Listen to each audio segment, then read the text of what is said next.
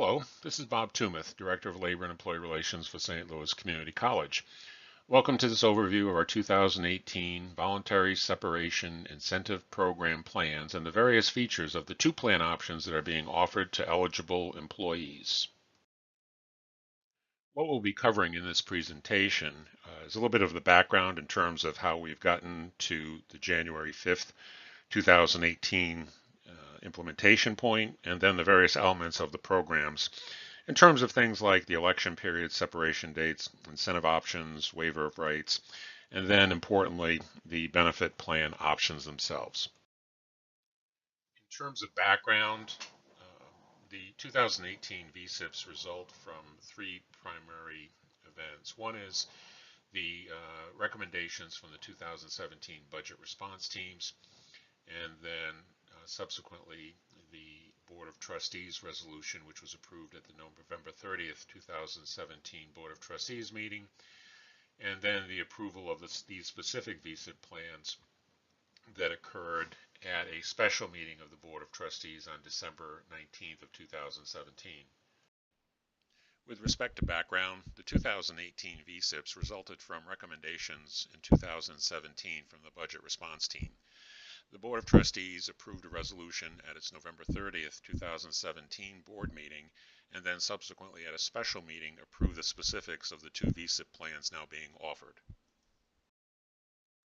Very briefly, the purpose and objectives of these VSIP plan offerings is to really provide an incentive for long-serving employees, mostly at the higher end of salary structures, to move into retirement or other opportunities, and to really provide opportunities to assess these vacancies to determine the need for continued funding, and then ultimately also to hopefully reduce the impact of the reduction in force actions anticipated or already implemented for employees. It is very important to understand that there are two separate and distinct programs. Again, two separate and distinct programs. One is a voluntary separation program for all full-time employee groups, inclusive of staff and faculty.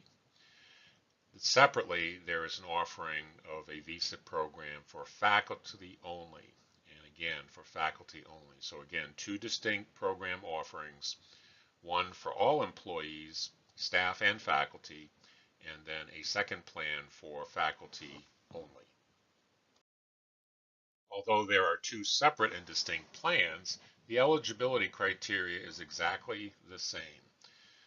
One, current full-time employees who are age 55 with 5 years of consecutive full-time service, or current full-time employees with more than 20 years of continuous full-time service. That measurement date in terms of the 5 years of consecutive full-time service being age 55 or the 20 years of continuous service will be as of July 31st, 2018. As you can see from this chart, the total number of employees meeting the eligibility for the 2018 all-employee VSIP is 447. Here you can see that the eligibility group presented by employee classifications and by campus. And you also note that the faculty eligible for the 2018 faculty VSIP is 168. These 168 faculty members are eligible for both VSIP plans.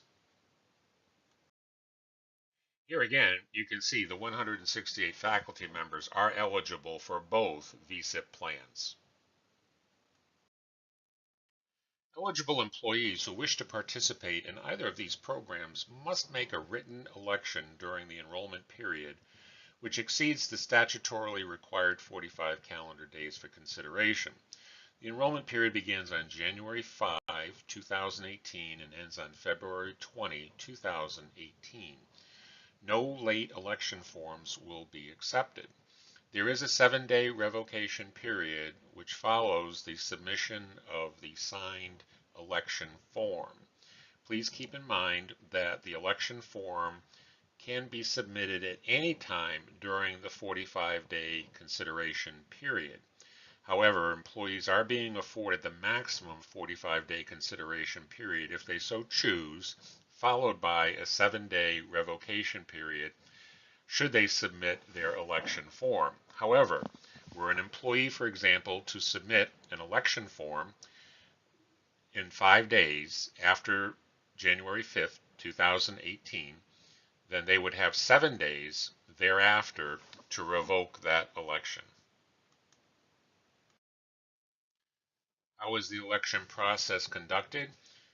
Original completed and signed election forms must either 1. Be hand-delivered so that they are received by the Associate Vice Chancellor of Human Resources, Deborah Barron, no later than 5 p.m. Central Time on February 20th, 2018, or sent by U.S. mail that is postmarked no later than February 20th, 2018, again to the Associate Vice Chancellor of Human Resources, Deborah Barron, at St. Louis Community College, 300 South Broadway, St. Louis, Missouri. Again, no late election forms will be accepted. As different from the 2017 VSIP program, the 2018 VSIP programs will include and allow for an application and approval process. This is in addition to the process we followed again back in 2017.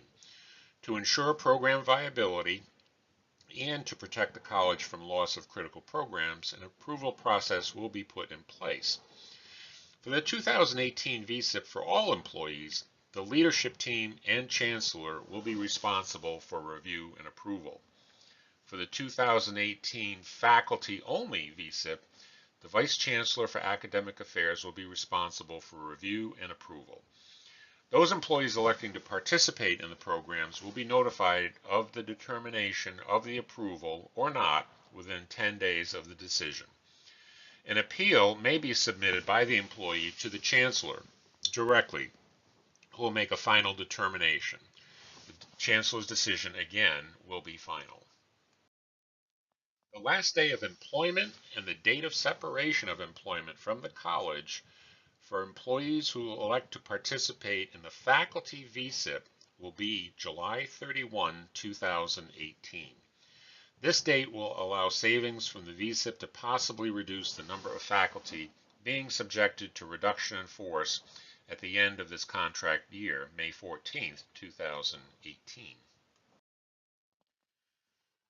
The last day of employment and the date of separation of employment from the college for those employees who elect to participate in the VSIP program for all employees is either July 31, 2018, December 31, 2018, or July 31, 2019. Employees must choose at the time of their election to participate which exit date they desire. For the college, the dates both allow for sufficient time to analyze vacancies that may be created and, where appropriate, to advertise and fill positions. Also, it may allow the college the opportunity to rescind reduction in force notices that may have already been delivered. Where not filled, time allows for redistribution of duties and a modification of workplace processes. 3 exit points reduces the risk of negative disruption to the college and its students. The program offers eligible employees who voluntarily separate their employment with the college on either July 31, 2018, December 31, 2018, or July 31, 2019, 2 options from which to choose. Option 1, continue the college's employee-only subsidized medical insurance for a maximum of 24 months, with each full year of the employee's full-time continuous service as of July 31st, 2018, counting towards 1 month of subsidized medical insurance. For purposes of this option, a full year shall be measured from the employee's anniversary date of employment. Option 1 is only available to employees who are participating in the college's medical insurance plan as of their last day of employment. Under Option 1, the college will continue to make the same contribution to the employee's medical insurance premium that it contributes for active full-time college employees. Or Option 2, receive a one-time cash payment equal to 1% of the employee's annual base salary as of May 1, 2018, multiplied by the employee's number of full years of full-time continuous service up to, but not to exceed, $20,000. For purposes of this option, full years shall be measured from the employee's anniversary date of full-time employment. Continued employee-only subsidized health care coverage under the St. Louis Community College Health Insurance Plan will continue for a period to be determined again by 1 month of insurance coverage times the number of years of service, with a maximum benefit of 24 months of continued subsidized employee-only coverage. Any coverage for spouses and or dependents will be 100% paid for by the employee. Under the all-employee VSIP, the lump sum incentive payment will be determined as a 1% factor of annual salary multiplied by the number of years of continuous full-time service. The maximum benefit amount in all cases will be $20,000. For example, if an individual is making $75,000 per year annual base salary, they would receive, with 20 years of service, the $75,000 annual salary amount times 1% times 20, which again is the years of service, which would result in a lump sum one-time payment of the $15,000. For the faculty-only VSIP incentive payment, a one-time cash payment would be provided equal to 50% of the base salary for the 2017-18 academic year, up to a maximum gross amount of $50,000. So, for example, for the current academic year, a faculty member with a base salary at $75,000 at 50% would receive a one-time payment at $37,500. Under both plans, the payout for the incentive amount would occur within 45 days following the separation date. For income tax treatment purposes for federal and state income taxes, the taxation of the incentives under either plan would be at the 25% level for federal income tax purposes and 6% at the state level. Another payout that would occur shortly following the separation of employment date would be the payout of any unused accrued vacation time. And this payout would be taxed at the normal withholding rates as the employee has previously elected. All payments for the incentive plan as well as the payout of unused vacation would be made electronically via direct deposit. The purpose of this slide is to essentially highlight the features of both plans. As you can see, the election period for both plans is exactly the same.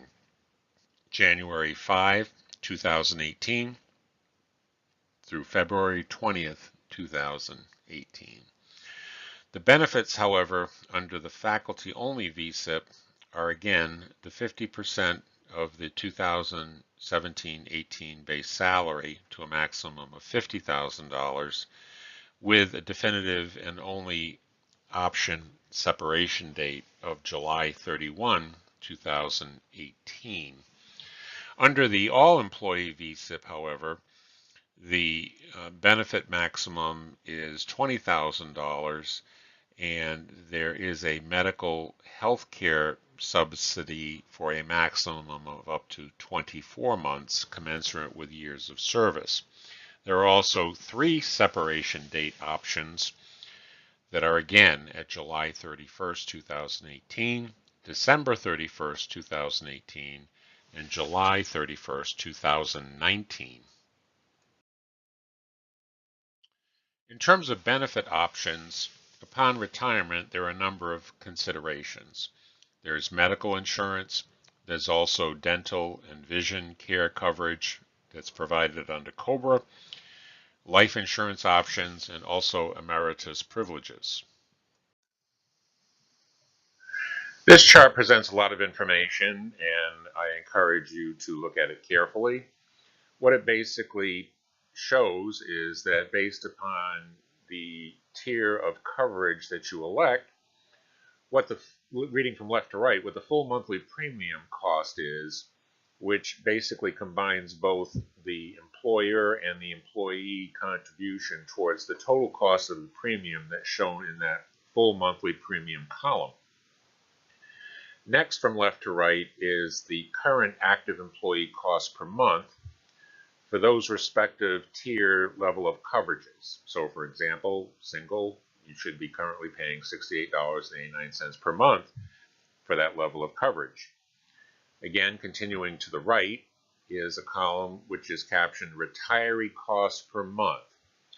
The numbers in that column are the costs for retiree medical coverage if you have emeritus status, which means you have 10 years of service, and it does not include any of the non-Medicare rates. So essentially, if you are eligible for Medicare, there would be different rates that apply.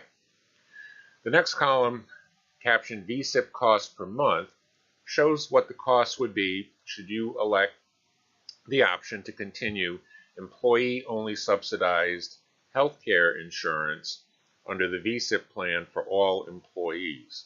So, for example, the cost per month at the single tier rate would be $68.89 per month. Lastly, in the far right-hand column, captioned COBRA costs per month, there's essentially the full monthly premium costs that are in the second column with an additional 2% administration cost.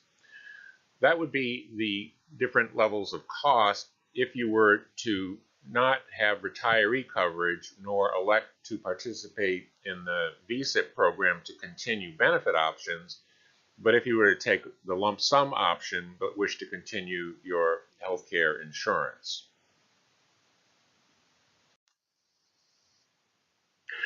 Regardless of an employee leaving, either through the VSIP program or retirement or just end of employment with the college, the dental and vision programs are only offered through COBRA. So on this particular slide, you can see what the COBRA rates currently are for dental under the Cigna PPO plan or the Dental Source DHMO plans. In this particular slide, you can see what the vision care rates are under COBRA for the retiree only or for family coverage. For those individuals retiring from St. Louis Community College, there is also the opportunity to continue the group life insurance coverage at the respective rates delineated in the chart as you can see it on this slide. Based upon those benefits that you elect to continue and that you are eligible to continue for, prior to your last day of employment, it's necessary for you to establish an automatic check withdrawal authorization from your bank to the college for the monthly debits that will go towards the coverage for your premium contributions. Additionally, if you have more than 10 years of service with the college upon your retirement, you would achieve emeritus status and the privileges associated with that, which would also entitle you to parking at all of our campus and district locations, and then also library privileges and also maintenance fee waivers for yourself as well as dependents. For those individuals who are Medicare eligible at the time that they leave employ of the college, I encourage you to click on the link below that will bring you to a Kaiser Permanente overview of the different provisions that Medicare offers through Parts A, B, C, also Medicare Advantage plans. Please keep in mind that you must enroll in Medicare Parts A and B when you become eligible in order that you maintain St. Louis Community College plan coverage. Please also be mindful of the fact that through St. Louis Community College, you can access a Medicare Advantage plan through Cigna. And in doing so, you would have the opportunity to pay for your Medicare Advantage plan directly through St. Louis Community College. If you are eligible for Medicare or will become eligible for Medicare, you're encouraged to go to the Medicare.gov website, which will provide a great deal of information with respect to the various eligibilities that you may have for coverage and the procedures associated with attaining Medicare coverage.